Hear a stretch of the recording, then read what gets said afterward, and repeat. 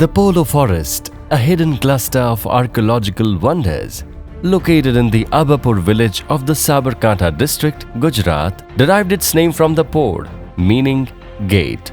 The gate to these camouflaged treasures need to be opened for conservation.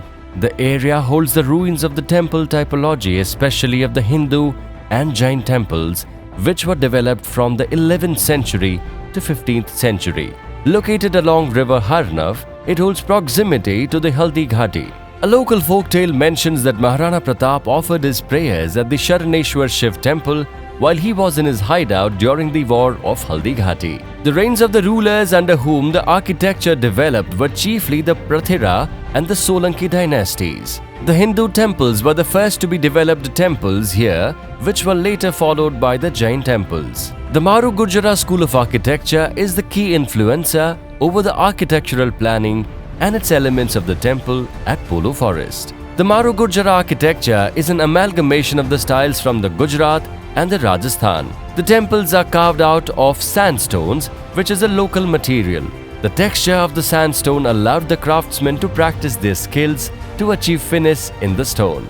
These intricately carved sculptures all over the temple depict the nature of the sandstone, especially with its subtle hues in the shade of yellow and red. The State Archaeology of Gujarat took over the ensemble in the year 1995 after few locals discovered the temples. A few picnic spots along with camping and trekking are conducted along with an annual festival known as the Polo Festival.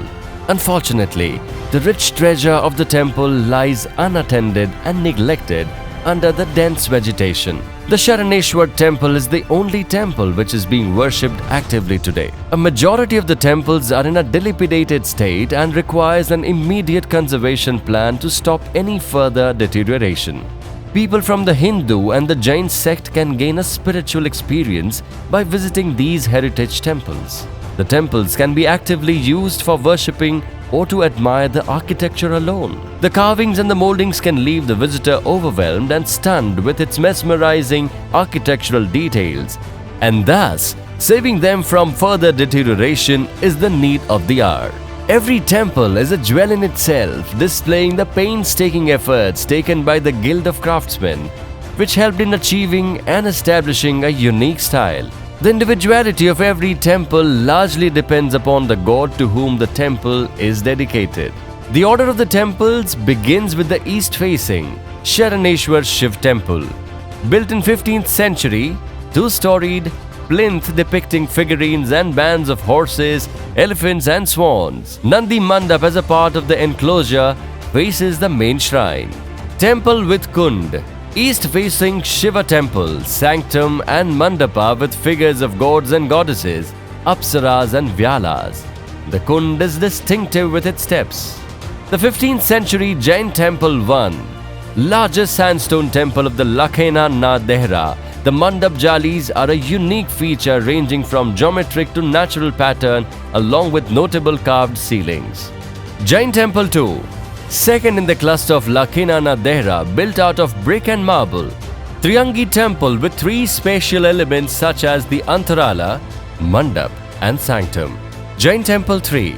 Third of the Lakhena na Dehra, the 15th century temple made of brick and sandstone, has Triangi plan. Sculpted images of Yakshinis, Chakris, Ambika and Padmavati, associated with Tirthankaras, Rishabhnath, Neminath and Parshvanath. Shiv Panchayatan 1. Temple in a group of 5 with a Chaturangi plan, Sanctum, Antarala, Mandap and Shringar Chauki. Brahma, Vishnu, Shiva and Sun are the chief icons. The temple has a Torana. Shiv Panchayatan 2, the only north-facing temple with group of 5 temples on one platform, entered through a Torana. Jain temples 1, 2, 3, 4.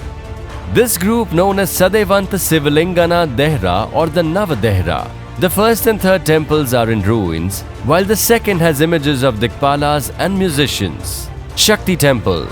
10th century miniature east-facing temple. The main niches contain figures of Shiva, Vishnu, Brahma, while the adjoining niches have Vayu, Yama, Agni and Apsara along with Kubera and Ganesha.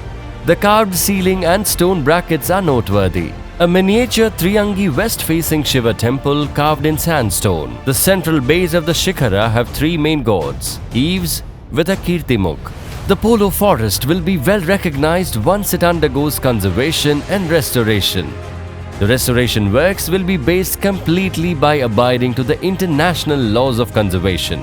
The restoration will focus on activities such as the scientific cleaning, chemical conservation, petrographic tests in order to match character of original stone, retrofitting using the helibars, structural strengthening using stainless steel dowels and stitching, hot lime grouting and pointing, lime plastic repair, relocating the dislocated stones, artwork restoration for missing and broken sculptures, which will also help the structures to achieve longevity. Besides, a light and sound show can create an additional attraction for the tourist in the historical context. This will also create a scope for generation of the jobs at a local level, such as the local craftsmen and artisans, thus making it a sustainable approach in terms of conservation and community development. We at Savani Heritage Conservation Pvt Limited hold an experience of restoring over 150 heritage monuments in the field of conservation and restoration and proud recipient of 9 UNESCO Asia Pacific Awards. Hence, it points that the Polo Forest temples are ready to undergo an elaborate sustainable conservation under the vigilance and guidance of the State Archaeology.